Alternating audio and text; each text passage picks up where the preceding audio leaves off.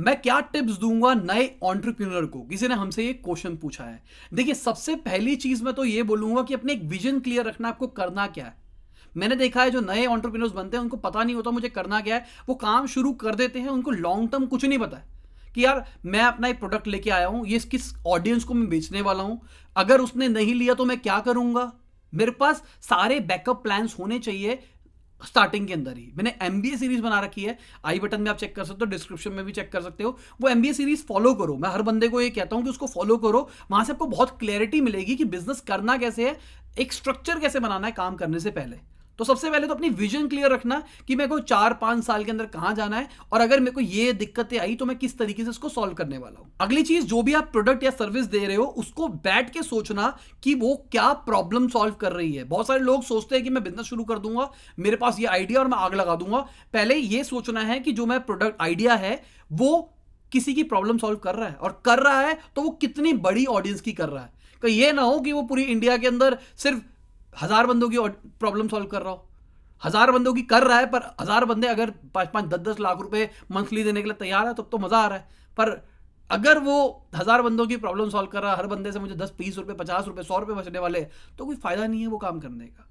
Scalability सोच के रखनी है हमको। और एक और चीज बोलना चाहूंगा, आपको पूरी फाइनेंशियल प्लानिंग भी करके रखनी है कि यार मैं बिजनेस शुरू कर रहा हूं, मेरे पास कितने रुपए पड़े हैं और मैं कितने रुपए महीने के फूकने वाला हूं, कितने महीने वो चीज खत्म हो जाएगी, मेरा ब्रेक इवन कब अचीव होगा, और क्या मुझे ये करना भी चाहिए या फिर नहीं करना चाहिए। ये सब कुछ बता रहा हूं मैं काम शुरू करने से पहले। एमबीए सीरीज के अंदर मेरे सारी चीजें प्रॉब्लम बाय प्रॉब्लम सॉल्व करके बताया हुआ है। अगली चीज है प्लानिंग में ही नहीं सब कुछ घुस जाना, कि मैंने बोला है कि भाई एमबीए सीरीज फॉलो करो, आपको सब कुछ पहले से प्लान करके रखना है। अब वो प्लानिंग के चक्कर में ही आपने 6 महीने 1 साल बिता दिए कि भाई अब तो बस प्लान कर लूं, पहले मैं on paper perfect business plan बना लूं। मैं कोई चीज एग्जिस्ट नहीं करती है। पहले एग्जीक्यूट करो, कुछ करो प्लान, उसको करके देखो कि काम कर रहा है नहीं कर रहा, फिर करो। पिवट करते रहना होता है। एक बिजनेस सक्सेसफुल बनाने का तरीका ही यही है कि आपको कुछ चीज बनानी है, उसके बाद ऑडियंस को दिखानी है, ऑडियंस आपको इनपुट आएगा, उसको रिवैम्प करना है, फिर करना है, फिर करना है। एक टाइम के बाद जब ऑडियंस से आपको प्रॉपर इनपुट मिल जाए कि भाई ये सही है, उसके बाद आपको स्केल करना है। तो नए एंटरप्रेन्योर्स को ये चीजों को ध्यान रखना है कि स्टार्टिंग के अंदर पहले मेरे को ऑडियंस फिट बनाना है। मुझे अपना प्रोडक्ट ऐसा बनाना है जो कि ऑडियंस लेना चाहे। मेरे को ये नहीं करना स्टार्टिंग के अंदर मैं मार्केटिंग चला चला के, ऐड चला चला के आग लगा दूंगा।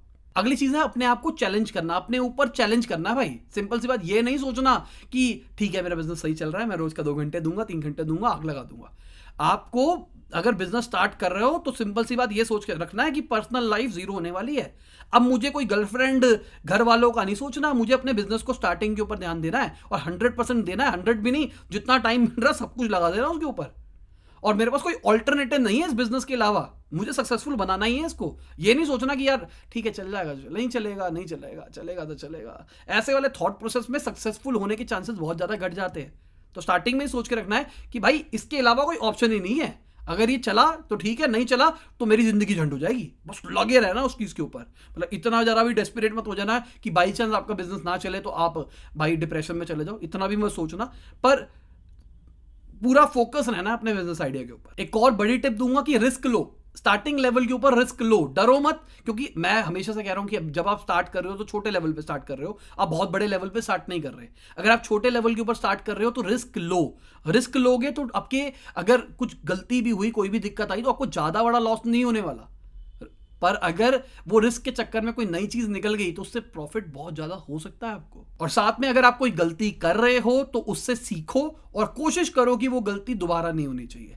हर बार गलतियां करो, मैं ये नहीं कह रहा कि गलतियां करना बुरा है, गलतियां करो, बड़ी बड़ी गलतियां करो, ज्यादा अच्छा है। जितने बिजनेस की स्टार्टिंग के अंदर बड़ी बड़ी गलतियां करोगे उतना अच्छा रहेगा, पर वो गलतियां रिपीट नहीं होनी चाहिए। अगर आपने एक गलती करी और दोबारा वही गलती हो रही है तो भाई ये चीज गलत है। अगली चीज है एक्सपेरिमेंट करो। जितना एक्सपेरिमेंट कर सकते हो उतना एक्सपेरिमेंट करो। एक्सपेरिमेंट करना भी बहुत ही ज्यादा जरूरी है मेरे हिसाब से। जितना आप एक्सपेरिमेंट करोगे उतना ही ज्यादा आपको अपने बिजनेस आइडिया के लूप होल्स पता लगेगी। क्या चीज चल रही है, क्या चीज नहीं चल रही है, वो सब कुछ समझ में आना शुरू हो जाएगा। तो एक्सपेरिमेंट करो। आप देखते होगे मेरे जो यूट्यूब चैनल है उसके ऊपर मैं अंधा एक्सपेरिमेंट करता हूं।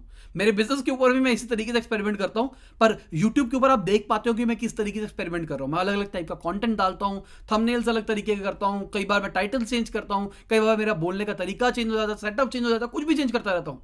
क्यों? मुझे जानना है क्या चल रहा है, क्या नहीं चल रहा, और मैं रिस्क लेना पसंद करता हूं, एकदम फुल फ्लेजेड कुछ भी करके देखो, ऑडियंस इनपुट लो, वो बताएगा कि क्या करना है क्या नहीं करना, और जब उन्होंने कुछ बताया तो फिर वो दोबारा रिपीट नहीं होना चाहिए। अगर उन्होंने बताया कि ये नहीं करना तो नहीं करना। सबसे आखिरी टिप दूंगा, अपने आप को एजुकेट करते जाओ, सीखते जाओ। जो भी आप इंडस्ट्री के अंदर हो, उसके अंदर आपको जिस जिस वर्टिकल की नॉलेज चाहिए उसको सीखो।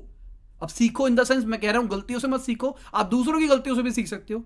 यूट्यूब पे बहुत सारे लोग वीडियोस बनाते हैं जिन्होंने वो गलतियां करी है और वो अपना एक्सपीरियंस शेयर करता है, वहां से देखो। बहुत सारी ऐसी बुक्स होगी, बहुत सारे ऐसे कोर्सेज होंगे जहां पे आपको सिस्टमेटिक तरीके से सिखाया जाता है। अब कई लोगों को लगता है कोर्सेज में काटा जाता है।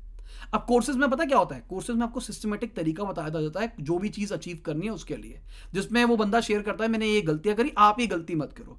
अगर आप इस तरीके से चलोगे, आपके सक्सेसफुल होने के चांसेस बढ़ जाएंगे। मैं ये नहीं कर रहा कि उसी बंदे के एकदम पाथ के ऊपर चलना जैसे वो कह रहा है, पर आपको अगर एक सिस्टमेटिक तरीका मिल जाता है ना, तो आपकी गलतियां करने के चांसेस कम हो जाते हैं।